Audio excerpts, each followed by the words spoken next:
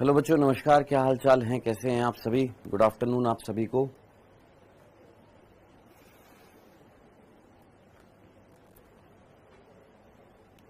हाँ जी, क्या हाल है भैया? बढ़िया है एकदम।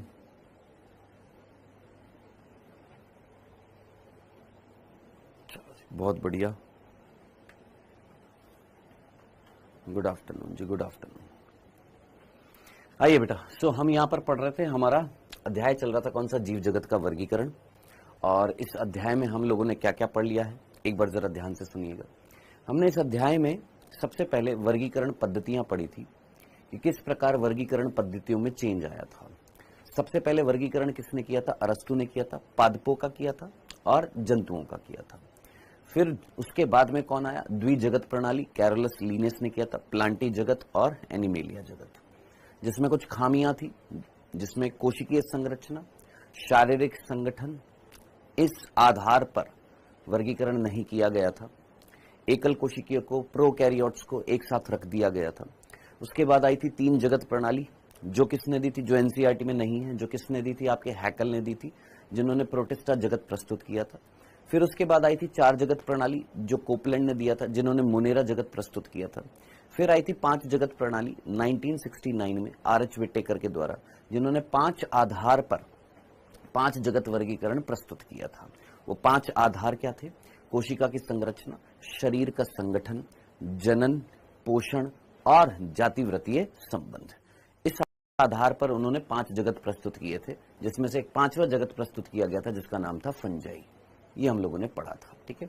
फिर उसके बाद हम लोगों ने स्टार्ट किया था हमारा कौन सा जगत? मोनेरा जगत, जो हम वैसे कोशिका वाले चैप्टर में पढ़ते हैं जब हम प्रोकैरियोटिक कोशिका की बात करते हैं।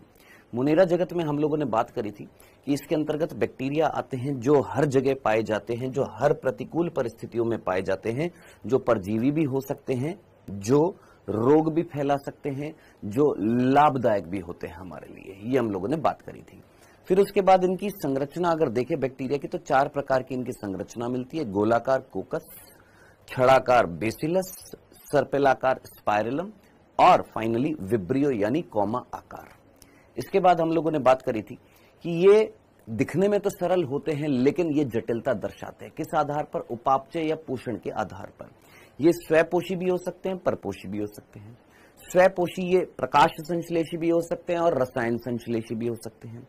परपोषी जो है ये परजीवी भी हो सकते हैं, परभक्षी भी हो सकते हैं, ठीक है।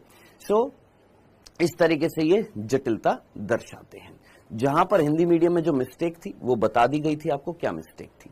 इसके बाद हम लोगों ने बात करी थी, ये दो प्रकार के हैं बैक्टीरिया, एक है आध्य बैक्टीरिया और एक है यू बैक्टीरिया, आर्के बैक्टीरिया और यू बैक्टीरिया। आर्के बैक्टीरिया के अंतर्गत वो जीव आते हैं या वो बैक्टीरिया आते हैं जो प्राचीनतम बैक्टीरिया हैं, जो बहुत ही ज्यादा प्रतिकूल परिस्थितियों में मिल सकते हैं, जिसके तीन एग्जाम्पल थे। थर्मोएसिडोफिल्स, जो हाई टेम्परेचर गर्म पानी के झरनों में पाए जाते हैं, अम्लीय वातावरण में पाए जाते हैं। मिथेनोजेंस, जो आपके रूमिनेंट्स के अंदर भी पाए जाते हैं, चरगाही जंतुओं के अंदर भी पाए जाते हैं, गोबर से बाहर निकलते हैं, जिसको हम गोबर गैस प्लांट में यूज में लेते हैं, जो अवायवीय परिस्थितियों में पाए जाते हैं। और हेलोफिल्स, जो आपके लवणीय क्षेत्रों में पाए जाते हैं।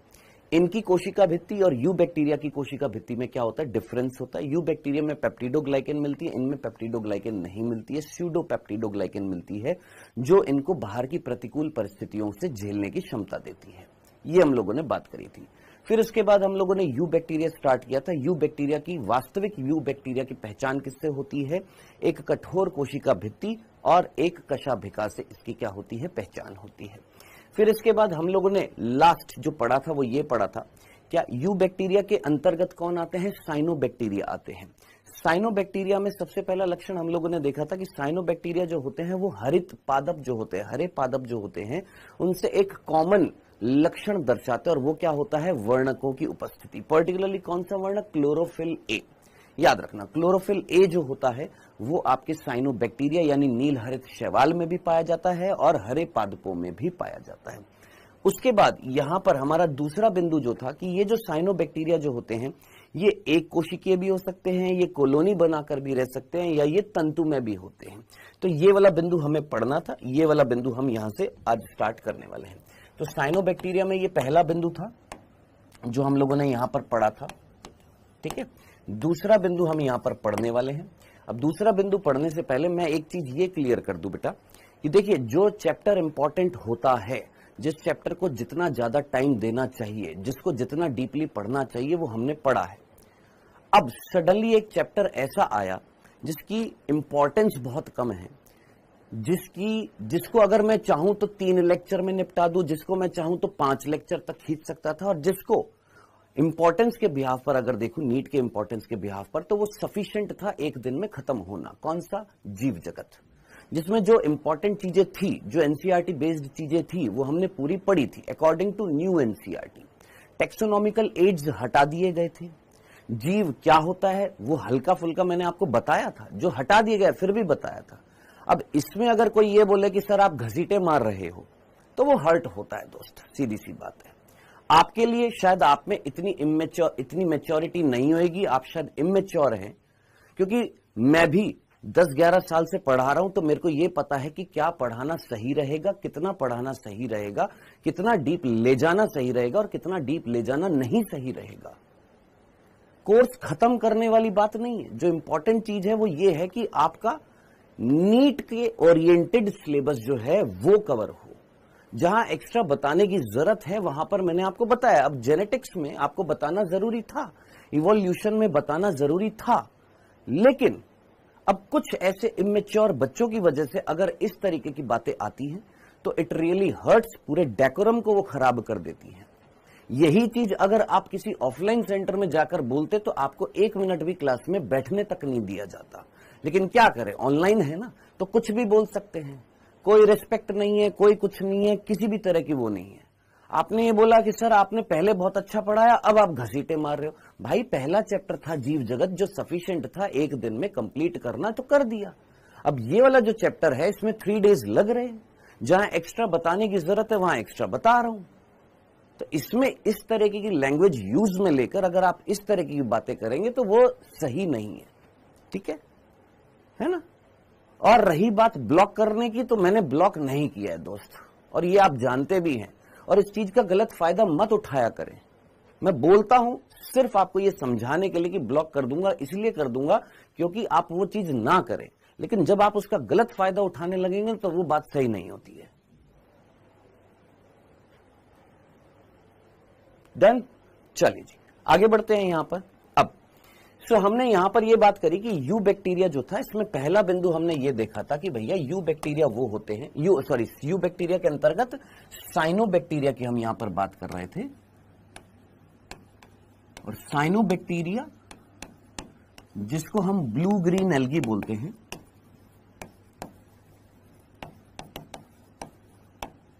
नील हरित शैवाल बोलते हैं। इसको साइनोबैक्टीरिया इसलिए बोला क्योंकि ये मोनेरा जगत के अंतर्गत आ रहा है। ये एक बैक्टीरिया है जो एक प्रोकैरियोटिक कोशिका है। ब्लू ग्रीन एल्गी इसको इसलिए बोला, नील हरित शैवाल इसको इसलिए बोला क्योंकि ये प्रकाश संश्लेषी शैवालों की तरह, एल्गीज की तरह ये प्रकाश संश्लेषण करते हैं, इसलिए बोला था। डन, आगे बढ़ते हैं बेटा जी यहां पर। डन, आगे बढ़ते हैं। तो पहला बिंदु ये क्लियर है, जरा एक बार कमेंट सेक्शन में बता दीजिए। यहां तक की बात मैंने आपको रिपीट भी कर दी है, जो अभी तक इस चैप्टर में पढ़ाया कल का वो रिपीट भी कर दिया, और ये वाला बिंदु भी रिपीट कर दिया। यहां तक की बात क्लियर है। आगे बढ़े, यहां से आगे चलें आगे। चलिए जनाब आगे बढ़ते हैं। यहां पर दूसरा बिंदु जो आ रहा है यहां पर, वो ये बोल रहा है कि साइनोबैक्टीरिया जो होते हैं वो एकल कोशिकीय भी हो सकते हैं।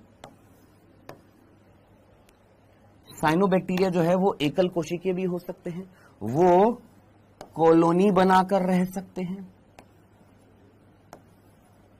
इस तरीके से, या वो सिंपल तंतु में भी हो सकते हैं इस तरीके से, ठीक है। तो कुल मिलाकर बात समझनी थी कि वो एकल कोशिकीय भी हो सकते हैं, वो कॉलोनी बना सकते हैं। कॉलोनी मींस जब मिलकर रहते हैं, या वो सिंगल फिलामेंट के रूप में मिल सकते हैं, तंतु के रूप में। जैसे अगर आप इस डायग्राम को देखेंगे जो आपको यहां पर दिखाई दे रहा है, ये आपकी एनसीईआरटी में दिया हुआ है ये, और इस डायग्राम में आपको क्या दिखाई दे रहा है, एक फिलामेंट दिखाई दे रहा है, एक तंतु दिखाई दे रहा है। तो कहने वाली बात जो थी वो ये कि ये एकल कोशिकीय भी हो सकते हैं, कॉलोनी भी बना सकते हैं, या तंतु में भी हो सकते हैं, फिलामेंट के फॉर्म में भी मिल सकते हैं। अब बात आ रही है सर इसके एग्जाम्पल क्या क्या है। एकल कोशिकीय का एग्जाम्पल क्या है? एग्जाम्पल सीधा सीधा एक एक एग्जाम्पल याद रख लेना जो एनसीईआरटी में नहीं दिया गया, एक्स्ट्रा बता रहा हूं यहां पर, ठीक है। यहां पर ध्यान से सुनिएगा, क्या ये बहुकोशिकीय हो सकते हैं? आपको लग रहा है कि ये बहुकोशिकीय है? सर ये बहुकोशिकीय क्यों नहीं है? क्योंकि बेटा हम यहां पर पढ़ रहे हैं कौन सा? मोनेरा जगत, और मोनेरा जगत में बहुकोशिकीय जीव नहीं आते हैं। कैसे आते हैं? एकल कोशिकीय आते हैं। तो कई बच्चे ये सोचते हैं क्या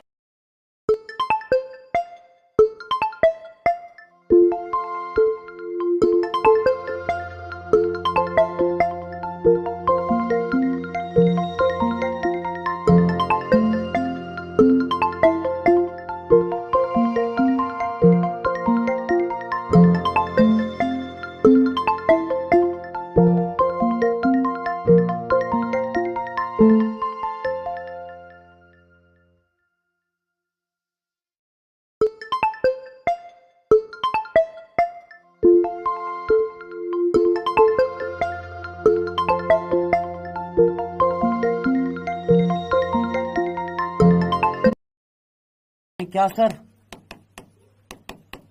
क्या कि सर ये बहुकोशिकीय होते हैं? नहीं जनाब, ये बहुकोशिकीय नहीं होते हैं, ये होते एकल कोशिका हैं। अब ये एकल कोशिका या तो बहुत सारे गट्ठे में या बहुत सारे ग्रुप में इस तरीके से मिल सकती है, या इस तरीके से एक धागा बना सकती है। ये एक कोशिका है, ये एक कोशिका है, ये एक कोशिका है, ये पूरा एक धागा सा बना दिया तो हम क्या बोलेंगे? फिलामेंट। इस तरीके से एक दूसरे के पास पास मिलेंगे, धागा नहीं बना रहे हैं, इस तरीके से धागा नहीं बना रहे, एक दूसरे के पास पास इस तरीके से मिल रहे हैं, तो क्या बोलेंगे? सर ये कॉलोनी बना दी है। एकल कोशिकीय मिल रहे हैं, अकेले मिल रहे हैं, तो हम क्या बोलेंगे? एकल कोशिकीय मिल रहे हैं। तो ये एक सेल है, एक कोशिका, ऐसी एक कोशिका एक कोशिका एक कोशिका मिलकर एक धागा बना दिया, ऐसी एक कोशिका एक कोशिका एक कोशिका मिल गई है, एक दूसरे के पास पास आ गई है, तो ये है कॉलोनी, ये है फिलामेंट, और ये है एकल कोशिका। एग्जाम्पल जो आपने याद रखना है एकल कोशिका का, वो क्या एग्जाम्पल याद रखना है? स्पाइरुलिना। क्या एग्जाम्पल याद रखना है? स्पाइरुलिना। स्पाइरुलिना याद रखना है, भूलना नहीं है। ये एक ऐसी साइनोबैक्टीरिया होती है, ये एक ऐसी नील हरित शैवाल जो होती है जो सबसे ज्यादा इस पृथ्वी पर प्रोटीन धारण किए होती है। यानी इसका मतलब क्या होता है कि नॉर्मली अगर एक सेल में देखें, नॉर्मली एक सेल में देखें, जैसे हमारी एक सेल में देखें, एक सेल में, तो हमारी एक सेल में प्रोटीन की परसेंटेज कितनी होती है? अगर आपने जैव अणु चैप्टर अगर पढ़ा है, ध्यान से सुनना, अगर आपने जैव अणु चैप्टर पढ़ा है तो आप मुझे बताइए एक कोशिका का जो जीव द्रव्य था उसमें जल कितना प्रतिशत था? ये आपको याद होगा। प्रोटीन कितना प्रतिशत था? नंबर 1 पर हम लोगों ने रखा था, याद करिए कितना था? सर इसका एग्जाम्पल कॉलोनी का वॉल्वॉक्स नहीं हो सकता? नहीं बेटा, वॉल्वॉक्स नील हरित शैवाल नहीं है, वो एक ग्रीन एल्गी है, हरित शैवाल है। हाँ जी, कितना परसेंट था? सर 10 से 15% जो था वो प्रोटीन मिल रहा था। लेकिन वहीं अगर मैं स्पाइरुलिना की बात करूं तो स्पाइरुलिना के अंदर अराउंड 71% क्या मिल रहा है? सर प्रोटीन मिल रहा है। तो इस पूरे जीव जगत में अगर मैं सेल्स को कंपेयर करूं तो सबसे ज्यादा प्रोटीन कौन सी सेल में मिलता है? सर स्पाइरुलिना में मिलता है। इसीलिए हम क्या बोलते हैं? सबसे ज्यादा प्रोटीन, सबसे रिचेस्ट प्रोटीन किस में मिलता है? स्पाइरुलिना में मिलता है, याद रखना, भूल ना जाइएगा। सेकंड नंबर पर कौन मिलता है? Sir chlorella. अब क्लोरेला क्या होती है? हरी शैवाल होती है जो पादप जगत में पड़ेगा। वॉल्वॉक्स जो होती है वो हरी शैवाल होती है जो तो किस में पड़ेगा? पादप जगत में पड़ेगा। तो ये चीज याद रखनी है, भूलना नहीं है आपने, ठीक है। तो एकल कोशिकीय नील हरित शैवाल, एकल कोशिकीय ब्लू ग्रीन एल्गी कौन है मेरे भाई? आपकी स्पाइरुलिना है, याद रखना, भूल ना जाइएगा। कॉलोनी बनाकर कौन रहता है? सर कॉलोनी बनाकर जो रहते हैं, वैसे तो कई सारे एग्जाम्पल हैं, जिसमें से एक एग्जाम्पल याद रखना, कौन सा? माइक्रोसिस्टिस।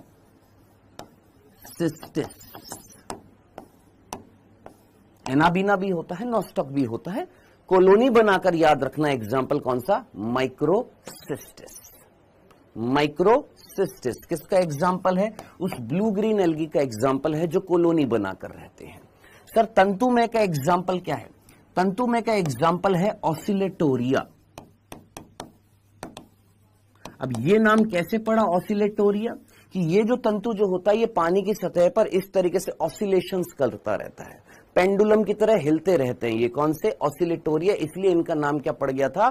ऑसिलेटोरिया। ऑसिलेशंस करते रहते इसलिए नाम क्या पड़ गया था? ऑसिलेटोरिया। तो सिंपल सिंगल एग्जांपल याद रखने आपने ब्लू ग्रीन एल्गी के, कि कौन सी ब्लू ग्रीन एल्गी एकल कोशिकीय? स्पाइरुलिना। कौन सी कॉलोनी बनाकर रहती है? माइक्रोसिस्टिस। कौन सी तंतु के रूप में मिलती है? Sir Oscillatoria. अच्छा सर, ये जो तंतु जो होता है इस तंतु का नाम क्या होता है?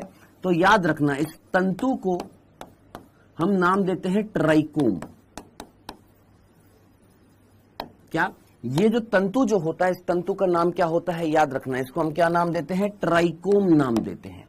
अब ये चीजें एनसीईआरटी में नहीं है, जहां बताने की जरूरत है वहां पर मैं ऑटोमेटिकली बता दूंगा। ठीक है, हाँ इसको सही करना संध्या सावले। ये एग्जाम्पल याद रखने हैं, स्पाइरुलिना, माइक्रोसिस्टिस, ऑसिलेटोरिया याद रखना है। ठीक है जी। कल जो मैंने एग्जाम्पल दिए थे, माइंड जो था थोड़ा सा डिस्प्लेस हो गया था वो बातें सुन के, इस वजह से थोड़ा सा वो हो गया था, इस वजह से थोड़ा सा एग्जाम्पल जो है इधर उधर हो गए थे। ये करेक्ट एग्जाम्पल है। स्पाइरुलिना एकल कोशिकीय, माइक्रोसिस्टिस कोलोनियल, तंतु में जो थे वो कौन था आपका? ऑसिलेटोरिया था। हाँ जी ठीक है सर, नोट्स बनाने के लिए टाइम दे दो। बेटा जितनी देर मैं बोल रहा हूं इतनी देर में तू नोट्स भी बना सकता है। अब ये चीजें ना लॉजिकल नहीं होती हैं। ठीक है, तेरे सामने यहां पर लिखा हुआ है तो नोट्स भी बना सकता है। ठीक है डन। ये दो बिंदु क्लियर हो गए हैं, आगे बढ़े। नेक्स्ट तीसरा बिंदु, पहला बिंदु, दूसरा बिंदु, तीसरा बिंदु। अब यहां पर लिखा हुआ था कि ये जो तंतु में जो संरचना जो होती है जिसको हम क्या बोलते हैं? ट्राइकोम बोलते हैं। ज्यादातर इन तंतु में संरचनाओं के ऊपर एक जेली जैसा एक आवरण मिलता है। क्या? ये जो ज्यादातर जो ये तंतु में संरचनाएं जो होती हैं इनके ऊपर एक जेल जैसा एक आवरण मिलता है जो इनको प्रोटेक्ट करता है। क्या करता है? इनको प्रोटेक्ट करता है। यही तीसरे बिंदु में यहां पर लिखा हुआ था। क्या? कि इनकी जो कॉलोनी जो होती है या इनकी तंतु में संरचना, याद रखना इनकी कॉलोनी और तंतु में संरचना दोनों में क्या मिलता है आपका? याद रखना क्या मिलता है? इनके ऊपर जेली के समान एक आवरण मिलता है। याद रखना किसके? जेलीनुमा एक आवरण मिलता है जो इनको क्या करता है? फटने से बचाता है, बाहर की प्रतिकूल परिस्थितियों से क्या करता है? बचाता है। ठीक है नेक्स्ट, प्रदूषित जल में बहुत फलते फूलते हैं। अब ऑब्वियस सी बात है, प्रदूषित जल का मतलब क्या होएगा? जरा खुद सोचिए। आपने चैप्टर पढ़ा था मानव कल्याण में सूक्ष्म जीव। वो चैप्टर जब आप लोगों ने पढ़ा था तो याद करिए, हम लोगों ने Ganga action plan, Yamuna action plan, हमने वाहित मल उपचार की जब बात करी थी, तो एक प्रदूषित जल का मतलब क्या होता है? एक ऐसा जल जिसके अंदर बहुत सारा क्या है? कार्बनिक पदार्थ है। बहुत सारा क्या है? कार्बनिक पदार्थ है। अब कार्बनिक पदार्थ अगर बहुत सारा होएगा तो वो जल जो होएगा क्या वो प्रदूषित कहलाएगा? सर स्पाइरुलिना तो थैलोफाइट्स में आती है। प्रभु मत करो यार, स्पाइरुलिना जो होती है वो एक ब्लू ग्रीन एल्गी है बेटा। स्पाइरुलिना ब्लू ग्रीन एल्गी है, थैलोफाइट्स में नहीं आती है। हाँ जी हाँ जी, जल्दी से सोचिए, क्या कार्बनिक पदार्थ बहुत सारा था? Yes sir. कार्बनिक पदार्थ अगर बहुत सारा होएगा तो उसके अंदर जो सूक्ष्म जीव होंगे वो ज्यादा से ज्यादा अपनी संख्या को बढ़ाएंगे। वही चीज यहां पर इनडायरेक्टली लिखी हुई है। क्या? कि ये जो होते हैं ये प्रदूषित जल में, यानी प्रदूषित जल का मतलब एक ऐसा जल जिसके अंदर कार्बनिक पदार्थ की मात्रा बहुत ज्यादा है। अब उसमें ये बहुत तेजी से क्या करते हैं? अपनी संख्या को क्या करते हैं? बढ़ाते हैं। क्यों? क्योंकि इनको क्या मिल रहा है? पोषण मिल रहा है। ये था तीसरा बिंदु। चौथे बिंदु पर आते हैं। सारे बिंदु करने के बाद में फिर उन सारे बिंदुओं को एक बार वापस से रिपीट करेंगे यार। साइनोबैक्टीरिया जैसे नोस्टॉक और एनाबिना। कौन? नोस्टॉक और एनाबिना। अब ये जो संरचना जो दे रखी थी ये किसकी दे रखी है बेटा जी? यहां पर नोस्टॉक की दे रखी है, ये वाली संरचना। अब इस संरचना को जब हम देखते हैं तो हमारी एनसीईआरटी में एक छोटी सी मिस्टेक दे रखी थी। और वो क्या मिस्टेक दे रखी थी? आप जब एनसीईआरटी पढ़ेंगे तो वहां पर आपको एक वर्ड दिखेगा, हेटेरोसिस्ट नहीं दिखेगा। क्या दिखेगा? टेट्रोसिस्ट दिखेगा। देखिएगा क्या दिखेगा? टेट्रोसिस्ट। और टेट्रोसिस्ट नहीं है वो, एग्जैक्टली क्या है? वो वर्ड है हेटेरोसिस्ट। तो कई बच्चे इस कंफ्यूजन में रह जाते हैं, सर टेट्रोसिस्ट क्या होता है? तो वो टेट्रोसिस्ट नहीं है, वो क्या है? वो हेट्रोसिस्ट है। सर ये हेट्रोसिस्ट क्या होता है? ये जब आप एक प्रकार की कॉलोनी या एक प्रकार की तंतु में संरचना जब आप देखते हैं तो इसमें ये पर्टिकुलरली ये वाली कुछ कोशिकाएं हैं, ये कोशिकाएं जिनको हम क्या बोल रहे हैं? हेट्रोसिस्ट, या मैं बोलूंगा ये वो साइनोबैक्टीरिया है जो साइनोबैक्टीरिया का क्या बन रहा है? तंतु बन रही है। साइनोबैक्टीरिया की क्या बन रही है? कॉलोनी बन रही है जिसके ऊपर जेली नुमा आवरण है। श्लेष्मा आच्छादक का मतलब श्लेष्मा, म्यूकस, जेल जैसी एक आवरण मिल रही है जो इनको प्रोटेक्ट कर रही है, और साथ साथ इनमें क्या मिल रही है? हेट्रोसिस्ट मिल रही है। किस में मिल रही है? दो एग्जाम्पल याद रखने, कौन सा? नॉस्टॉक और एनाबिना। अब सर इस हेट्रोसिस्ट में होता क्या है? बेटा ये जो हेट्रोसिस्ट होती है, इस हेट्रोसिस्ट के अंदर वातावरणीय नाइट्रोजन जो होती है, वातावरणीय नाइट्रोजन जो होती है, उस वातावरणीय नाइट्रोजन को हम बदलते हैं किसमें? अमोनिया में। किसमें बदल रहे हैं? अमोनिया में बदल रहे हैं, और इस प्रक्रिया को बोला जाता है नाइट्रोजन स्थिरीकरण। क्या बोलते हैं? नाइट्रोजन स्थिरीकरण, नाइट्रोजन फिक्सेशन कहा जाता है। तो सिंपल तरीके से चीज समझनी थी क्या कि भैया पर्टिकुलरली नॉस्टॉक और एनाबिना जो होते हैं, हम बोलते हैं कि भैया ये नाइट्रोजन का स्थिरीकरण करते हैं, ये नाइट्रोजन का फिक्सेशन करते हैं, ये वातावरणीय नाइट्रोजन को अमोनिया में बदलते हैं। इस प्रक्रिया को बोला जाता है नाइट्रोजन स्थिरीकरण। अब ये कैसे कर लेते हैं? ये पर्टिकुलरली ये जो सेल जो होती है जिसका नाम होता है हेट्रोसिस्ट, इस हेट्रोसिस्ट के अंदर ये काम होता है। ये हेट्रोसिस्ट, ये हेट्रोसिस्ट, इसके अंदर ये काम होता है। अब कैसे हो जाता है ये काम? इस वजह से हो जाता है क्योंकि इन कोशिकाओं के अंदर एक एंजाइम मिलता है जिसका नाम होता है नाइट्रोजिनेज, और ये नाइट्रोजिनेज जो होता है ये नाइट्रोजन स्थिरीकरण करता है।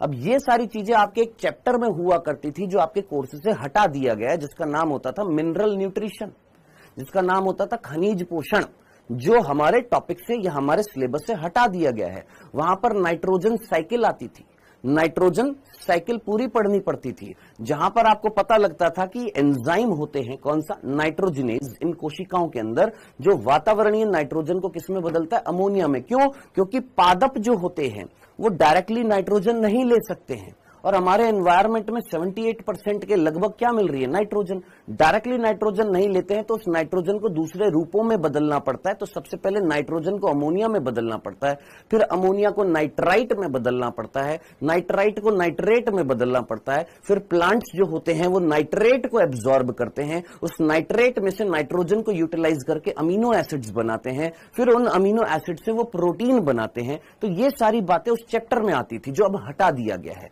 लेकिन हल्की सी चीज आपको जो याद रखनी है वो ये कि नाइट्रोजन फिक्सेशन का मतलब क्या होता है? नाइट्रोजन फिक्सेशन, नाइट्रोजन स्थिरीकरण का मीनिंग क्या होता है? वातावरण में जो नाइट्रोजन है उसको अमोनिया में बदलना क्या कहलाता है? Nitrogen fixation. और ये करने का काम कौन करते हैं? साहब आपके बैक्टीरिया भी करते हैं और आपके ब्लू ग्रीन एल्गी भी करते हैं। कौन? बैक्टीरिया भी करते हैं और नील हरित शैवाल भी करते हैं। कौन से नील हरित शैवाल करते हैं? एक नॉस्टॉक, एक एनाबिना, एक नॉस्टॉक और एक एनाबिना। ये दो एग्जाम्पल याद रखना। नॉस्टॉक और एनाबिना नाइट्रोजन फिक्सेशन करते हैं, और ये नाइट्रोजन का फिक्सेशन एक स्पेसिफिक स्ट्रक्चर में होता है जिसका नाम होता है हेट्रोसिस्ट। डन। यही चीज अगर आप यहां पर पढ़ेंगे तो साफ साफ लिखिए, साइनोबैक्टीरिया जैसे नॉस्टॉक, एनाबिना पर्यावरण के नाइट्रोजन को, यानी पर्यावरण में जो नाइट्रोजन है, पर्यावरण के नाइट्रोजन को हेट्रोसिस्ट नामक विशिष्ट कोशिकाओं द्वारा स्थिर कर सकते हैं। साफ साफ लिखा हुआ है कि वातावरण में जो नाइट्रोजन है उसका स्थिरीकरण जो होता है वो कहां पर होता है? हेट्रोसिस्ट में होता है। याद रखिएगा। डन? क्लियर है? याद रखिएगा, इस चीज को भूल मत जाइएगा। चलें आगे। ये थे 4 बिंदु, मात्र ये 4 बिंदु साइनोबैक्टीरिया के सीधा सीधा याद रखने हैं। वापस से सुनिएगा। साइनोबैक्टीरिया जो होते हैं, नील हरित शैवाल जो होते हैं, ब्लू ग्रीन एल्गी जो होते हैं, ये हरे प्लांट्स के समान एक लक्षण प्रस्तुत करते हैं। क्या? इनमें एक वर्णक होता है कौन सा, क्लोरोफिल ए। ये वही वर्णक है जो हरित पादपों में भी पाया जाता है। चलो जी, पहला बिंदु। दूसरा, ये एकल कोशिकीय हो सकते हैं या कॉलोनी या तंतु के रूप में भी मिलते हैं, और ज्यादातर ये कौन से जल में मिलते हैं, माफ करिएगा ये बताना भूल गया, ये आपके अलवणीय जल या समुद्री अथवा स्थलीय भी होते हैं। मतलब सर ये अलवणीय जलीय, अलवणीय जलीय का मतलब, अलवणीय जलीय का मतलब जरा सोच, एक है लवणीय जलीय। लवणीय जलीय का मतलब ऐसा जल जो लवणों से भरपूर है, यानी वो कौन सा जल होएगा सर, समुद्री। अलवणीय जल मीन्स स्वच्छ जल, जिसमें लवणों की मात्रा क्या होगी, कम होगी, जिसको हम क्या बोलेंगे, स्वच्छ जल। यानी ये साफ पानी में भी मिलते हैं, ये समुद्र में भी मिलते हैं, और इनफैक्ट ये स्थल में भी मिलते हैं। अब स्थल में कौन मिलेंगे, जो प्लांट्स के पास जाकर नाइट्रोजन स्थिरीकरण करेंगे, वो स्थल में मिलेंगे। तो ये चीज याद रखनी है, ये कॉलोनी भी बनाकर रह सकते हैं, ये तंतु में भी होते हैं, ये एकल कोशिकीय भी होते हैं, और ये दोनों प्रकार के पानी में भी मिलते हैं, और इनफैक्ट ये स्थल में भी मिलते हैं। डन।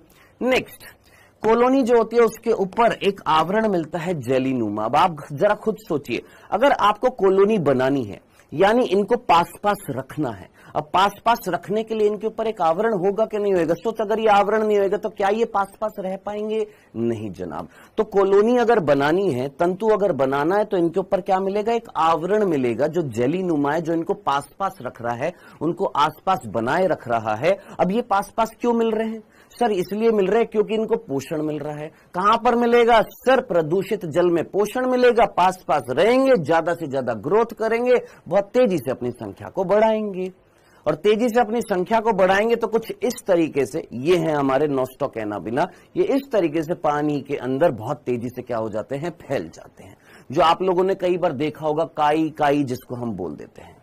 ठीक है सर, स्थलीय शैवाल समझ में नहीं आया मेरे को, इतनी सी बात बता, मैंने तेरे को अभी बताया, नोस्टोकैनाबिना जो है ये क्या कर रहे थे सर, ये नाइट्रोजन स्थिरीकरण कर रहे हैं। किसके लिए कर रहे हैं, प्लांट्स के लिए कर रहे हैं। वो प्लांट जो स्थल पर मिल रहे हैं, तो ये कहां मिलेंगे, स्थल पर नहीं मिलेंगे। हाँ जी, नोस्टोकैनाबिना ये नाइट्रोजन स्थिरीकरण कर रहे हैं। नाइट्रोजन स्थिरीकरण, इनके अंदर एक विशेष संरचना होती है जिसका नाम होता है हेट्रोसिस्ट। उस हेट्रोसिस्ट के अंदर ये क्या करते हैं, नाइट्रोजन स्थिरीकरण करते हैं। डन। ये इतना सा था साइनोबैक्टीरिया, इतनी सी बात याद रखनी थी। आगे बढ़ते हैं बेटा जी यहां पर नेक्स्ट। अब बात करते हैं हम साइनोबैक्टीरिया के बाद नॉर्मल जो बैक्टीरिया, यू बैक्टीरिया जो है, उनकी हम यहां पर बात करते हैं। देखिए, ये बिंदु ऑलरेडी मैं आपको बता चुका हूं। बैक्टीरिया जो होते हैं, पोषण के आधार पर अगर हम देखें तो ये रसायन संश्लेषी भी है, ये प्रकाश संश्लेषी भी है। अब ये वाला जो बिंदु जो है, ये बोल रहा है कि वो बैक्टीरिया जो रसायन संश्लेषी होते हैं, रसायनों का ऑक्सीकरण कर देते हैं। क्या कर देते हैं, रसायनों को ऑक्सीकृत कर देते हैं। जैसे अभी मैंने तेरे को एक एग्जाम्पल बताया, कौन सा, कि भैया आपने नाम सुना होगा क्या, राइजोबियम। राइजोबियम बैक्टीरिया नाम सुना है, हाँ सर।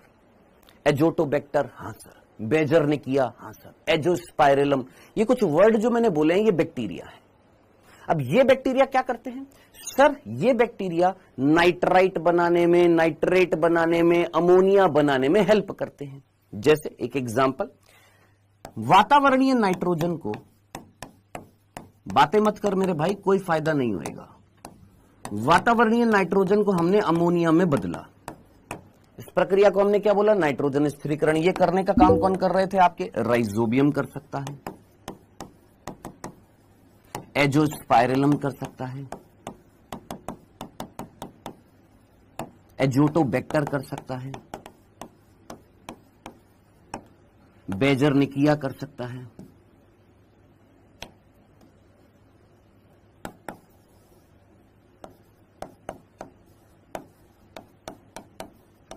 और भी कई सारे होते हैं। ये कौन है गुरु, ये वो बैक्टीरिया हैं जो क्या कर रहे हैं, नाइट्रोजन स्थिरीकरण। नेक्स्ट, अब ये जो अमोनिया बनती है, इस अमोनिया को बदला जाता है किसमें, नाइट्राइट में।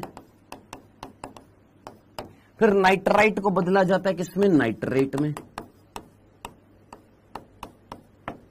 अमोनिया को नाइट्राइट में बदलने का काम कौन करता है, एक बैक्टीरिया जिसका नाम है नाइट्रोसोमोनास। नाइट्राइट को नाइट्रेट में बदलने का काम कौन करता है, नाइट्रोबैक्टर। अब इमेजिन कर, यहां पर जो ये मैंने नाम लिखे हैं, ये किसके लिखे हैं? बैक्टीरिया के। ये भी बैक्टीरिया, ये भी बैक्टीरिया, ये भी बैक्टीरिया। अब ये बैक्टीरिया क्या कर रहे हैं? केमिकल्स को बदल रहे हैं, रसायनों को बदल रहे हैं। हाँ सर। और जब ये इन केमिकल्स को बदलते हैं, जैसे इन्होंने इसको इसमें बदला, इसने इसको इसमें बदला, इसने इसको इसमें बदला, जब ये इसका ऑक्सीकरण करा रहे हैं, इसको ऑक्सीकृत करते हैं, तो उससे क्या निकल रही है? हीट। उससे क्या निकल रही है? ऊष्मा या एनर्जी निकल रही है। और उसी एनर्जी को यूटिलाइज करके ये अपना पोषण बनाते हैं। भाई प्लांट क्या करते हैं? अपना खाना खुद बनाते। कैसे? प्रकाशीय ऊर्जा। प्रकाश क्या है? ऊर्जा है ना। तो प्रकाश की ऊर्जा को यूज में लेकर खाना बनाना। यहां पर रसायनों को जब बदलेंगे तो वहां से जो ऊर्जा निकलेगी, उसी ऊर्जा को यूटिलाइज करके अपना खाना बनाना। तो ऐसे जीवों को मैं क्या बोलूंगा? रसायन संश्लेषी बोलूंगा या नहीं बोलूंगा? बिल्कुल बोलूंगा। यही चीज यहां पर लिखी हुई है। पढ़ ले यहां पर क्या लिखा हुआ है कि रसायन संश्लेषी बैक्टीरिया नाइट्रेट, नाइट्राइट, अमोनिया जैसे विभिन्न अकार्बनिक पदार्थों का क्या करते हैं? ऑक्सीकृत करते हैं। ये देख यहां पर। और उनसे जो ऊर्जा मुक्त होती है उसका उपयोग एटीपी उत्पादन के लिए करते हैं। अब उनसे जो ऊर्जा मुक्त होगी उसको यूज में लेंगे खाना बनाने के लिए। अब वो खाना जब टूटेगा तो क्या बनेगी? एनर्जी। और उसी एनर्जी को यूटिलाइज करके ये अपनी संख्या को बढ़ाएंगे। खत्म खल्लास। ये ले ये वाला बिंदु। डन। चलें आगे। यहां तक की बात। ये सर राघवेंद्र सिंह, क्या प्रॉब्लम है तुमको?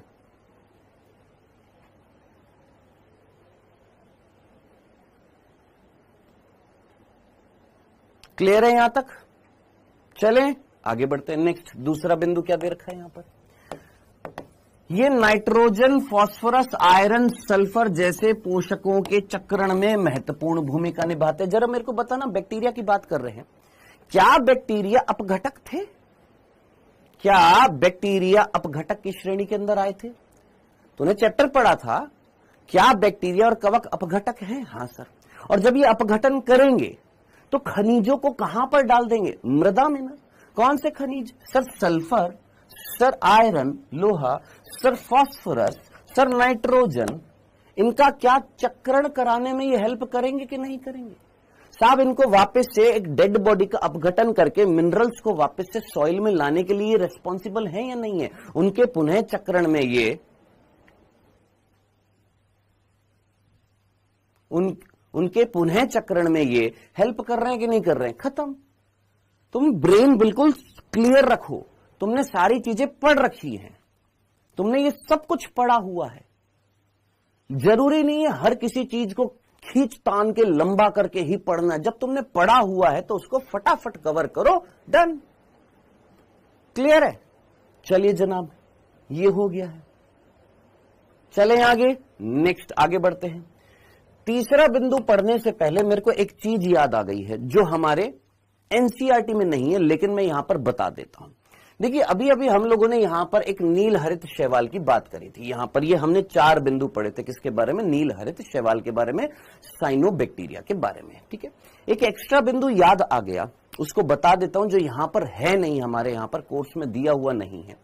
देखिए ब्लू ग्रीन एल्गी का एक एग्जाम्पल होता है जिसका नाम होता है क्या? ट्राइकोडेस्मियम इरिथ्रियम।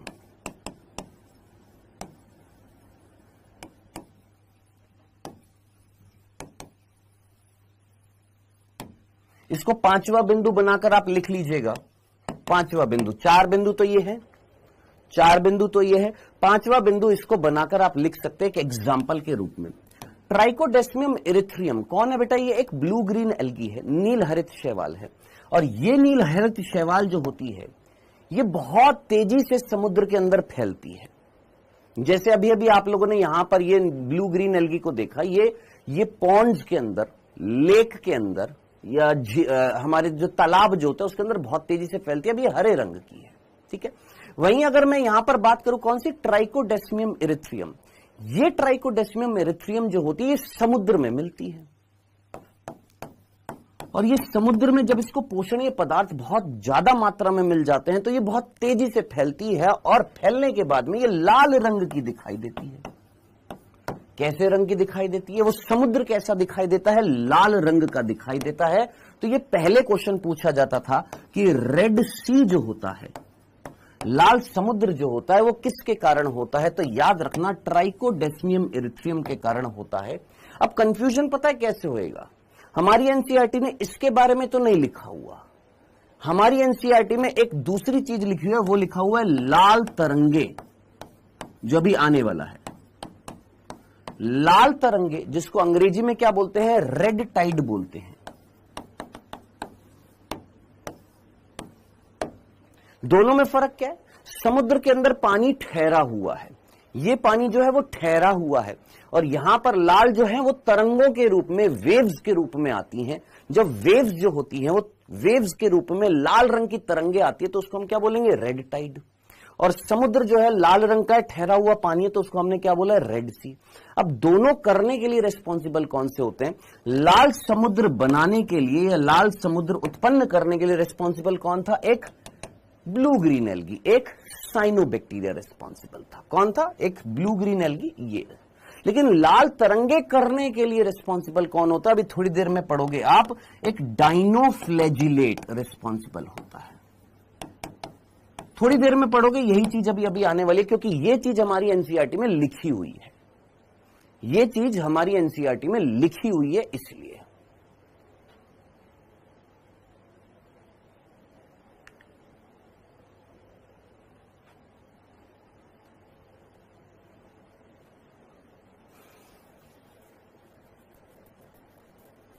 हाँ जी, ठीक है सर। कौन सा डाइनोफ्लैजिलेट होता है? कई ड्रॉपर्स होंगे, बहुत अच्छे तरीके से जानते होंगे, गोनियालेक्स और जिम्नोडीनियम। अभी आने वाला है, वेट कर लेना, ठीक है। तो डाइनोफ्लैजिलेट जो होते हैं वो लाल तरंगे उत्पन्न करने के लिए रिस्पॉन्सिबल होते हैं, ठीक है जी। आइए आगे बढ़ते बेटा। क्राइसोफाइट नहीं होते, dinoflagellate is different, chrysophyte is different. चलो आगे बढ़ते हैं। तो ये 5 बिंदु याद रख लेना, टोटल किसके? साइनोबैक्टीरिया के 5 बिंदु हैं। ये 4 बिंदु, 5वां बिंदु एक एक्स्ट्रा आपको ट्राइकोडेस्मियम इरिथ्रियम बताया, जो रेड सी के लिए, लाल समुद्र के लिए रिस्पॉन्सिबल था, ठीक है जी। लाल तरंगों के लिए कौन रिस्पॉन्सिबल है? अभी अभी आएगा, ठीक है। आगे बढ़ते बेटा जी यहां पर, और हम यहां पर बात कर रहे थे, ये वाला बिंदु हम लोगों ने बैक्टीरिया का पढ़ लिया था कि बैक्टीरिया जो होते हैं, जो रसायन संश्लेषी होते हैं, वो रसायनों का ऑक्सीकृत करते हैं और उनसे जो एनर्जी रिलीज होती है उसको अपना फूड बनाने के लिए यूटिलाइज करते हैं। ये वो एग्जाम्पल थे। फिर उसके बाद हमने पढ़ा कि भैया ये जो बैक्टीरिया जो होते हैं, जो अपघटक जो होते हैं, वो मुख्य रूप से इन अकार्बनिक पदार्थ जो होते हैं या ये जो खनिज जो होते हैं, इनके पुनः चक्रण के लिए रिस्पॉन्सिबल होते हैं, क्योंकि अपघटक होते हैं डेड बॉडी में से, ये जो खनिज जो होते हैं इन पोषक पदार्थों को वापस से मृदा में लाने के लिए रिस्पॉन्सिबल होते हैं। हाँ चलिए जी आगे बढ़ते हैं बेटा। नेक्स्ट तीसरा बिंदु, ज्यादातर मैंने आपको क्या बताया था, बैक्टीरिया ज्यादातर कैसे होते हैं? स्वपोषी होते हैं। ज्यादातर बैक्टीरिया स्वपोषी होते हैं कि परपोषी होते हैं? ज्यादातर बैक्टीरिया स्वपोषी होते हैं या परपोषी होते हैं? दिमाग लगाइए।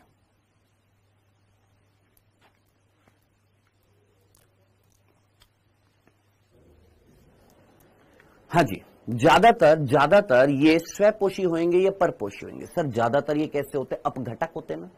ज्यादातर बैक्टीरिया कौन होते हैं? अपघटक होते हैं, अपघटन करते हैं। तो इट मीन ज्यादातर ये कैसे होते हैं? परपोषी होते हैं। ज्यादातर बैक्टीरिया कैसे होते हैं? परपोषी प्रकृति के होते हैं। बहुलता का मतलब सबसे ज्यादा, मैक्सिमम, मेजॉरिटी ऑफ बैक्टीरिया जो होते हैं वो कैसे होते हैं? परपोषी होते हैं, याद रखिएगा। और ये एक अपघटक की तरह कार्य करते हैं। किसकी तरह कार्य करते हैं? अपघटक की तरह ये कार्य करते हैं। डेड बॉडीज जो होती है उनका डिकम्पोजिशन करते हैं, उनका अपघटन करते हैं। नेक्स्ट तीसरा बिंदु। चौथा बिंदु, बालक कह रहे हैं सर याद कैसे करेंगे? अब बताइए कैसे याद करते हैं, मुझे ये बताइए। क्या याद करने का कोई तरीका होता है? आप नोट्स बनाएंगे, उन नोट्स को पढ़ेंगे, आंखें बंद करेंगे, आंखें बंद करके उसको रिवाइज करेंगे, ऐसे याद करेंगे। अब क्या रटना तेरे को सिखाऊं क्या कि बेटा ऐसे रट? अरे भैया सीधी तूने हेडिंग डाली है क्या? यू बैक्टीरिया, यू बैक्टीरिया के अंदर एक सब हेडिंग डाल दी, साइनो बैक्टीरिया, उसके 5 बिंदु लिख दिए। अब कह रहा है इसको याद कैसे करेंगे? अब पागलों की जमात अगर इकट्ठी हो जाए ना तो सामने वाला भी पागल हो जाता है, पता है ना तुमको। तो ऐसे पागलों की जमात हमको नहीं चाहिए दोस्त। हाँ जी, क्या लिखा है हमने कि ज्यादातर ये कैसे होते हैं सर, ये अपघटक होते हैं, ये परपोषी होते हैं। क्या ये हमारे लिए फायदेमंद होते हैं या हमें नुकसान भी देते हैं? ये दोनों तूने चैप्टर पढ़ लिए हैं, बताओ। दूसरे बच्चे भी हंसते हैं ऐसे कमेंट देखकर, यार 4 महीने रह गए, पूछ रहा याद कैसे करेंगे, अपनी फजीयत कराते कसम से। हाँ जी, सोचिए क्या ये हमारे लिए फायदेमंद होते हैं या हमारे लिए नुकसानदेही होते हैं? भैया तू दोनों चैप्टर पढ़ चुका है। मानव स्वास्थ्य और रोग में तूने पढ़ा कि भैया ये रोग फैलाते हैं, जीवाणु जनित रोग पढ़े थे। और मानव कल्याण सूक्ष्म जीव में देखा कि कहीं ना कहीं ये बैक्टीरिया हमारे लिए फायदेमंद भी होते हैं, यानी ये दोहरा कार्य कर रहे हैं। अब इस बिंदु में ये बता रखा है कि भैया इनसे हमें क्या क्या फायदा होता है। ये जो होते हैं दूध से दही बनाने में, क्या बताने की जरूरत है, पूरा टॉपिक पढ़ा था। लैक्टोबैसिलस प्रतिजैविकों से उत्पादन में स्ट्रेप्टोमाइसिन स्ट्रेप्टोकोकस बैक्टीरिया से उत्पन्न की थी। लेग्यूम पादप जो होते हैं, लेग्यूमिनेसी कुल के जो पादप जो होते हैं, जैसे दालें जो हो गई हैं, उनमें ये नाइट्रोजन स्थिरीकरण करते हैं, बिल्कुल करते हैं। तो ये फायदे की बात हो गई है। और वहीं अगर नुकसान की बात करें तो साहब इनसे रोग भी होते हैं। कौन से रोग होते हैं? जैसे हैजा, जिसको हम कॉलेरा बोलते हैं, जो किससे होता है? विब्रियो कॉलेराई से होता है। टाइफाइड साल्मोनेला टाइफी से होता है। टेटनस क्लॉस्ट्रीडियम टिटेनी से होता है। तो साहब इनसे रोग भी होते हैं और इनसे फायदा भी मिलता है। हमें एंटीबायोटिक्स भी मिलती है, हम दही भी बना सकते हैं, हम यहां पर नाइट्रोजन फिक्सेशन भी ये करते हैं, साथ साथ ये रोग भी फैलाते हैं। जैसे आप मुझे बताइए, क्या एग्रोबैक्टीरियम ट्यूमिफेशियन से कोई डिजीज हो रही थी? क्या एग्रोबैक्टीरियम ट्यूमिफेशियन एक बैक्टीरिया था, क्या उससे कोई डिजीज हो रही थी? प्लांट्स के अंदर कौन सी हो रही थी? क्राउन गॉल डिजीज हो रही थी ना प्लांट्स के अंदर। एनिमल्स में, ह्यूमंस में ये डिजीज हो रही थी कि नहीं हो रही थी? हाँ सर, खत्म, सब कुछ पड़ा हुआ है।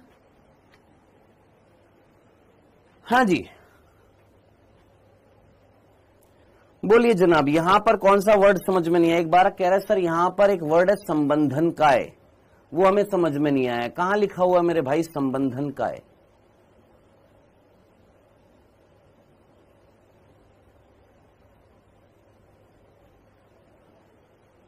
हाँ भाई,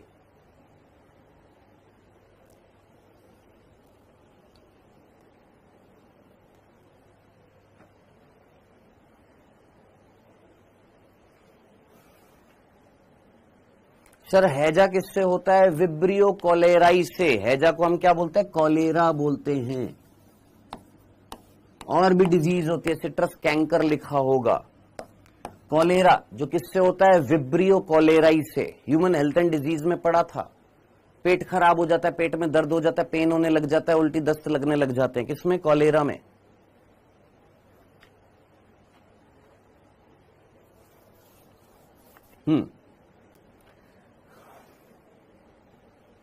चलो जी, ये 5 बिंदु हो गए हैं। नेक्स्ट आगे बढ़ते हैं। छठा बिंदु बोल रहा है कि भैया ये जो बैक्टीरिया जो होते हैं ये जनन करते हैं। क्या ये जनन करते हैं? हाँ सर। अब ये जनन किस रूप में करते हैं? क्या ये अलैंगिक जनन करते हैं या लैंगिक जनन करते हैं? तो ज्यादातर ये क्या करते हैं? अलैंगिक जनन।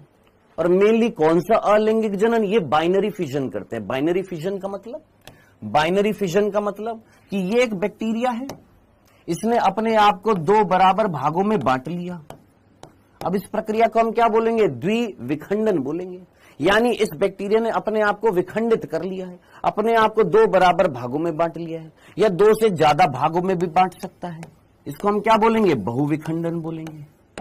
तो बैक्टीरिया जो होते हैं वो अलैंगिक जनन करते हैं, या सिंपली ये विभाजन करके प्रजनन कर सकते हैं। विभाजन किया, प्रजनन कर लिया, मेनली द्विविखंडन ये करते हैं। लेकिन क्या ये सिर्फ और सिर्फ द्विविखंडन ही करते या सिर्फ विखंडन ही करते?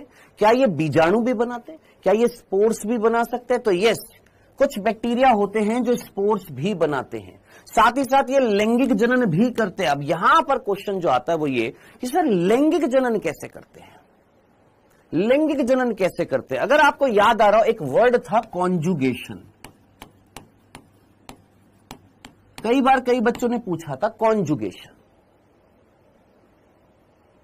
कई बच्चों ने पूछा था सर ये कॉन्जुगेशन क्या होता है?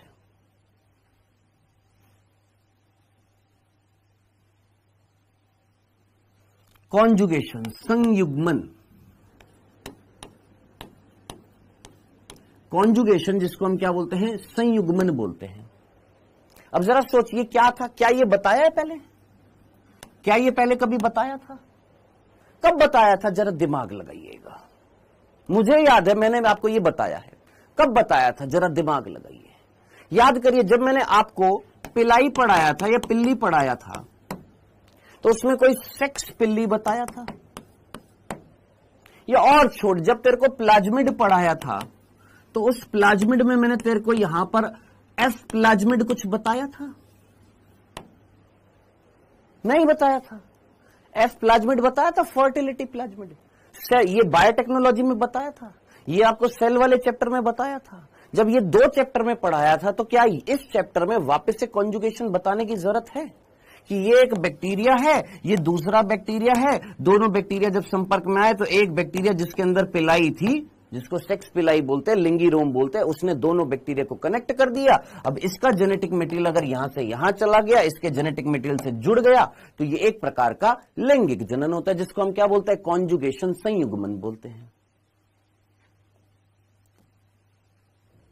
खत्म। ये चीज लिखी हुई है क्या कि इनमें ये लैंगिक प्रजनन भी करते हैं। नाम नहीं दिया उस लैंगिक प्रजनन का। 3 प्रकार होते हैं लैंगिक प्रजनन के इनमें। एक कॉन्जुगेशन होता है, एक ट्रांसडक्शन होता है, एक ट्रांसफॉर्मेशन होता है, जिसमें से तीनों तुम जानते हो। कौन सा? कॉन्जुगेशन, एक बैक्टीरिया दूसरे बैक्टीरिया के संपर्क में आया, यहां का जेनेटिक मटेरियल यहां चला गया, किसकी सहायता से? सेक्स पिलाई की सहायता से। This is conjugation. एक होता है ट्रांसडक्शन। सर इसमें क्या होता है? एक बैक्टीरिया होता है, उस बैक्टीरिया का ये जेनेटिक मटेरियल है, यहां पर आकर अटैक करता है। कौन? वायरस। ये वायरस जब यहां पर आकर अटैक करता है, अपना जेनेटिक मटेरियल यहां पर छोड़ता है, इसका जेनेटिक मटेरियल इसके साथ में जाकर जुड़ जाता है। और ये कब पढ़ाया था? याद कर, जब मैंने तेरे को हार्शे चेज का एक्सपेरिमेंट पढ़ाया था तब वहां पर ये चीज बताई थी। याद कर, वहां पर ये चीज बताई थी। स्टैनले कोहेन, हर्बर्ट बोयर, याद आ रहा है आपको? जेनेटिक इंजीनियरिंग के फादर, याद आ रहा है? वहां पर भी ये चीज बताई थी कि ये इसका जेनेटिक मटेरियल इससे जाकर जुड़ गया। हाँ सर जुड़ गया। अब अंदर जो वायरस बनेंगे, वो वायरस के अंदर जो जेनेटिक मटेरियल जो होएगा वो किसका होएगा? बैक्टीरिया का भी होएगा और वायरस का भी होएगा। अब यहां से जो बाहर वायरस निकलेंगे, नए नए वायरस, उन वायरस के अंदर किसका जेनेटिक मटेरियल होगा? सर वायरस का तो होगा ही होगा, साथ ही साथ उस बैक्टीरिया का भी जेनेटिक मटेरियल होगा। अब ये वायरस किसी दूसरे बैक्टीरिया को जाकर जब अटैक करेगा तो इस बैक्टीरिया का जो जेनेटिक मटेरियल है, और ये वायरस जब अपना जेनेटिक मटेरियल अंदर डालेगा तो इसके जेनेटिक मटेरियल के साथ कौन आ रहा है? सर पहले वाले बैक्टीरिया का जेनेटिक मटेरियल आ रहा है। अब जरा इमेजिन कर, ये पहला वाला बैक्टीरिया, ये दूसरा वाला बैक्टीरिया, इस बैक्टीरिया का जेनेटिक मटेरियल जो है दूसरे वाले बैक्टीरिया के जेनेटिक मटेरियल के पास पहुंचा। हाँ पहुंचा। किसकी सहायता से? वायरस की सहायता से। दिस प्रक्रिया इज कॉल्ड ट्रांसडक्शन। इस प्रक्रिया को हम क्या बोलते हैं? ट्रांसडक्शन। तीसरी जो स्टेप जो होती है, तीसरा तरीका जो होता है, उसको हम बोलते हैं ट्रांसफॉर्मेशन। उसको हम बोलते हैं ट्रांसफॉर्मेशन, सीधा रूपांतरण। अब ये कहां पर पढ़ा था तूने? क्या ये ग्रिफिथ के एक्सपेरिमेंट में पढ़ा था? ग्रिफिथ के एक्सपेरिमेंट में पढ़ा था। एक मृत एस प्रभेद के साथ जब आपने आर प्रभेद रखा था तो क्या वो आर प्रभेद में रूपांतरण हुआ था? क्या वो आर प्रभेद एस प्रभेद में बदल गया था? कैसे बदल गया था? स्मृत एस प्रभेद का जेनेटिक मटेरियल किसके अंदर गया था? आर प्रभेद के अंदर गया था। दिस प्रक्रिया इज कॉल्ड ट्रांसफॉर्मेशन। ये प्रक्रिया ट्रांसडक्शन। वायरस की सहायता से एक बैक्टीरिया का जेनेटिक मटेरियल दूसरे बैक्टीरिया में जाता है, ट्रांसडक्शन। 2 बैक्टीरिया संपर्क में आते हैं और एक बैक्टीरिया के पास अगर सेक्स पिलाई है, लिंगी रोम है, तो वो दोनों को कनेक्ट कर देती है, एक बैक्टीरिया का जेनेटिक मटेरियल दूसरे में चला जाता है। ये होता है कॉन्जुगेशन, संयुग्मन। अब ये सारी चीजें जो थी, इसमें से ये चीज जो थी, इसका नाम हमारी एनसीईआरटी में नहीं लिखा हुआ, लेकिन इनडायरेक्टली एक बात लिखी हुई थी। क्या? कि बैक्टीरिया जो होते हैं वो लैंगिक प्रजनन करते हैं। कैसे करते हैं? एक बैक्टीरिया दूसरे बैक्टीरिया में डीएनए का स्थानांतरण हो जाता है। एक बैक्टीरिया से दूसरे बैक्टीरिया में पुराने वाले बैक्टीरिया का जेनेटिक मटेरियल स्थानांतरित हो जाता है दूसरे बैक्टीरिया में। इस प्रक्रिया को हम क्या बोलते हैं? सर संयुग्मन बोलते हैं। अब फिर कहेंगे कि सर याद कैसे करेंगे, हम बताओ। अब हम कैसे बताऊं तुमको, कैसे याद करेंगे? रिवाइज करके याद होता है और कैसे याद होता है? रिवीजन करना पड़ता है तभी याद होता है। ये था छठा बिंदु। सातवें बिंदु की तरफ आते हैं। अब सातवां बिंदु जो है थोड़ा अलग है। ये 6 बिंदु जो थे ये किसके थे? ये प्रॉपर बैक्टीरिया के बिंदु थे। याद कैसे करना है आपने? आपने सबसे पहले हेडिंग डालनी है मोनेरा। डाल दी मोनेरा हेडिंग। यहां से हम लोगों ने स्टार्ट किया था मोनेरा।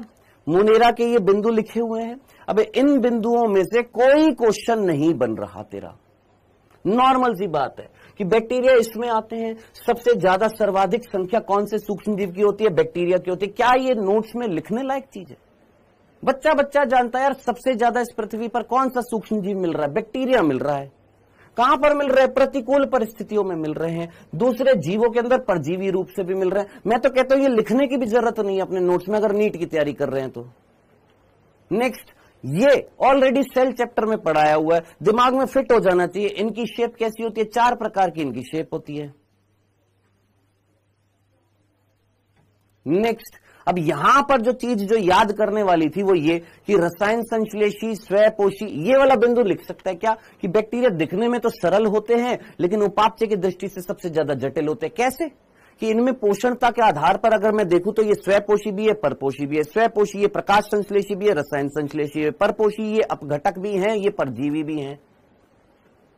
ऐसे लिख सकता है छोटा सा चार्ट बना के। ये बिंदु हेडिंग डाल के मोनेरा जगत में। नेक्स्ट, उसके बाद आधे बैक्टीरिया, तीनों बिंदु लिख दे। फिर उसके बाद यू बैक्टीरिया। यू बैक्टीरिया के अंदर ये पहला बिंदु बहुत इंपॉर्टेंट था जहां से क्वेश्चन बन सकता है। नेक्स्ट, ये सारे बिंदु जो थे ये हमने किसके देखे थे? सर ये नील हरित शैवाल के देखे थे। 5 बिंदु लिखने हैं। 4 बिंदु ये लिखेगा और 5वें बिंदु में एक्स्ट्रा चीजें वो लिखना चाहता है तो लिख दे। ट्राइकोडेस्मियम इरिथ्रियम, जिसकी वजह से क्या होता है? लाल समुद्र होता है। ये मत लिखना, ये भी आएगा। Next, cyanobacteria. हेडिंग डालने के बाद में 5 बिंदु लिखने के बाद में फिर वापस से हेडिंग डाल दे क्या? You bacteria. यू बैक्टीरिया में टोटल 6 बिंदु लिख दे कि ये भैया क्या कर रहे हैं?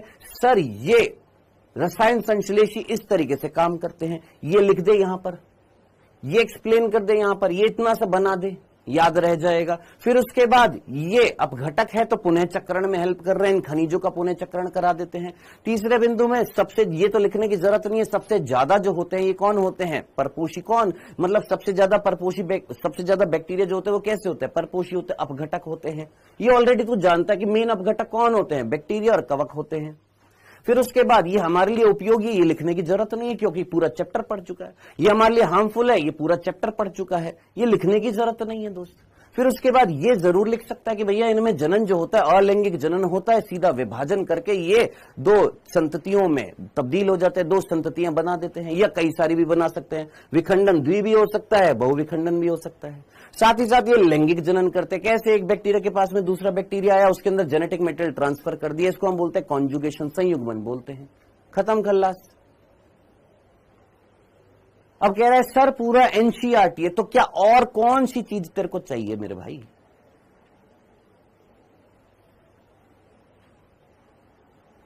क्या चाहिए तेरे को, मेरे को ये बता दे।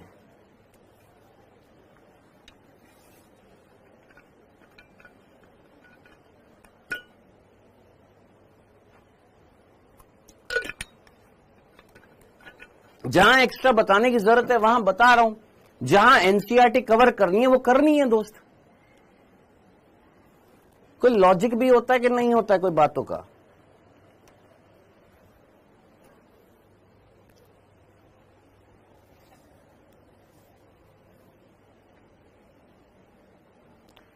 नेक्स्ट, अब बात करते हैं यहां पर किसकी बात करी हुई है? माइकोप्लाज्मा की। हेडिंग डालेगा क्या? माइकोप्लाज्मा।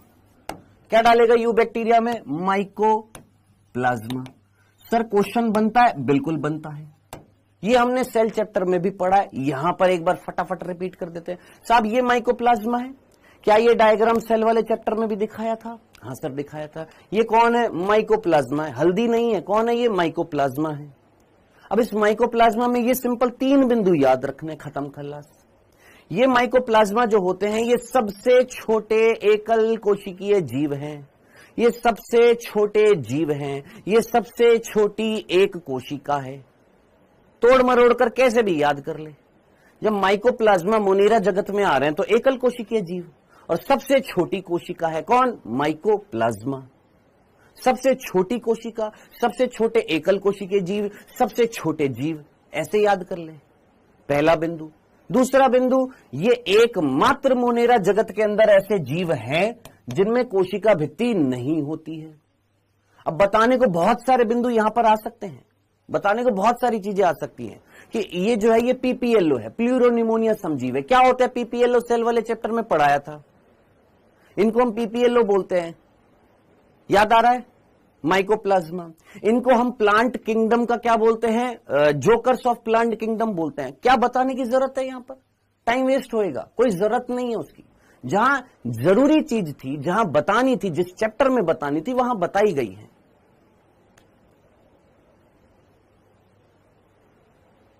जबरदस्ती के शक्तिमान मत बना करो,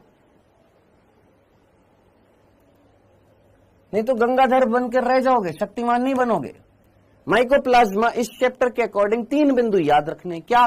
कि भैया ये जो माइकोप्लाज्मा जो होते हैं, ये सबसे छोटे जीव होते हैं, सबसे छोटी एकल कोशिका होती है जिनमें सेल वॉल नहीं मिलती है। ये इंपॉर्टेंट है। क्वेश्चन तेरा नीट में बनेगा ये, जो कई बार पूछा गया है। उपरोक्त में सिंपल क्वेश्चन, बहुत सिंपल क्वेश्चन, ये उपरोक्त में से कौन सा जीव है, ये कौन से मोनेरा जगत का जीव है जिसमें कोशिका भित्ति नहीं पाई जाती है?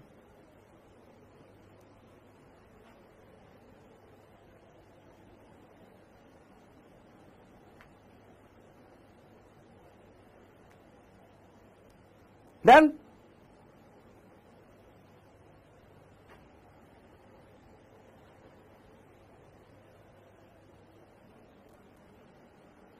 क्लियर है ये वाला बिंदु, पहला बिंदु, कि इनमें क्या नहीं पाई जाती है बेटा? इनमें सेल वॉल नहीं पाई जाती है।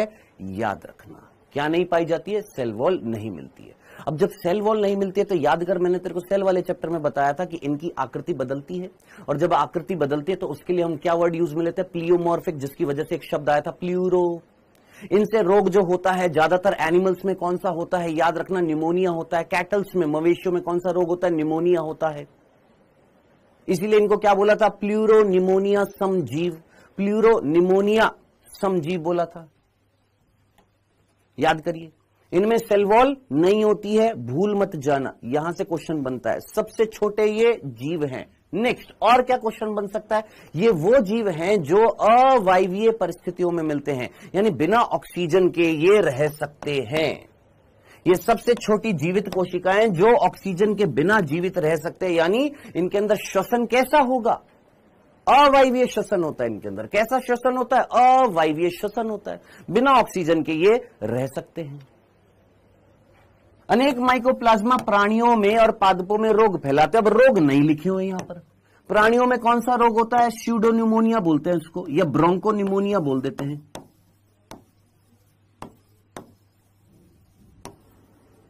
कौन सा रोग होता है? ब्रोंकोनिमोनिया। किससे होता है सर? प्राणियों में। किससे होता है? माइकोप्लाज्मा में होता है। निमोनिया जैसे लक्षण होते हैं किसके अंदर? इस बीमारी के अंदर। सर पादपों में कौन सी बीमारी होती है? एक बीमारी होती है जिसका नाम होता है विचिस ब्रूम।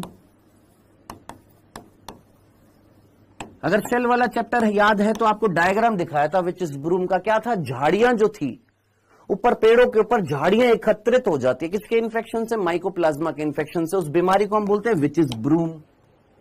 विच का मतलब क्या होता है? चुड़ैल, और ब्रूम का मतलब क्या होता है? झाड़ू। तो चुड़ैल की जो झाड़ू को जिस तरीके से हम संबोधित करते हैं कार्टून्स के अंदर, ऐसी संरचना किसके ऊपर बन जाती है सर? पेड़ों के ऊपर बन जाती है। उसको हम क्या बोलते हैं? विचिस ब्रूम बोलते हैं।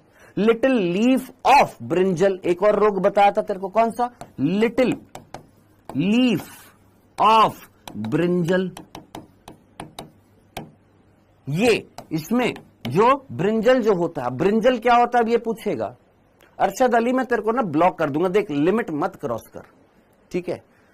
लिटिल लीफ ऑफ ब्रिंजल का मतलब क्या होता है? ब्रिंजल क्या होता है? अरे भैया खाया कि नहीं खाया कभी ब्रिंजल? खाया है ना? क्या बोलते हैं ब्रिंजल को भैया हमारे यहां पर? किसका हल? कल ही तो खाया था। बैंगन,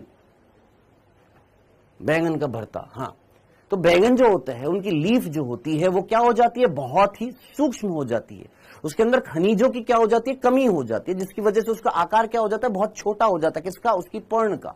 किसके कारण होता है, माइकोप्लाज्मा के कारण होता है।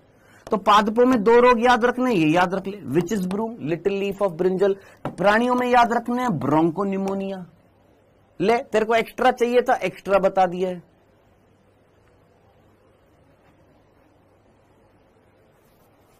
माइकोप्लाज्मा में ये सिंपल से 3 बिंदु याद रखने हैं, खत्म। ये माइकोप्लाज्मा हो गया है, दिस इज माइकोप्लाज्मा, खत्म। इतनी सी बात थी। अब आप मुझे बताइए, ये इतना पढ़ना था मोनेरा जगत,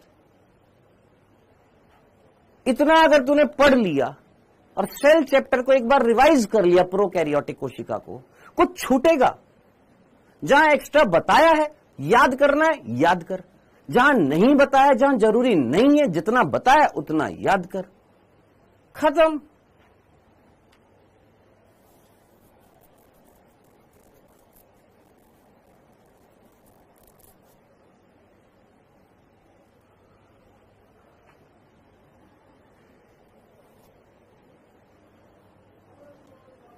बस में जब बैठते हो, कभी बस में बैठे हो ना, हाँ सर, तो बार बार जाकर जो कंडक्टर या जो ड्राइवर होता है उससे बार बार पूछते हो कि ऐसे गाड़ी क्यों चला रहा है, वैसे गाड़ी क्यों चला रहा है, झटके क्यों दे रहा है, ऐसे मत चला, वैसे मत चला, इधर चला, वो मत कर, ऐसे मत कर, ऐसे मत कर।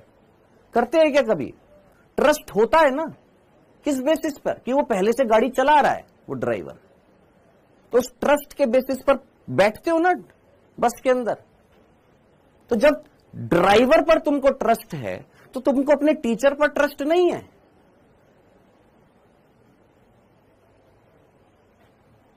और जब नहीं है तो फिर क्यों पढ़ रहा है, खत्म बात।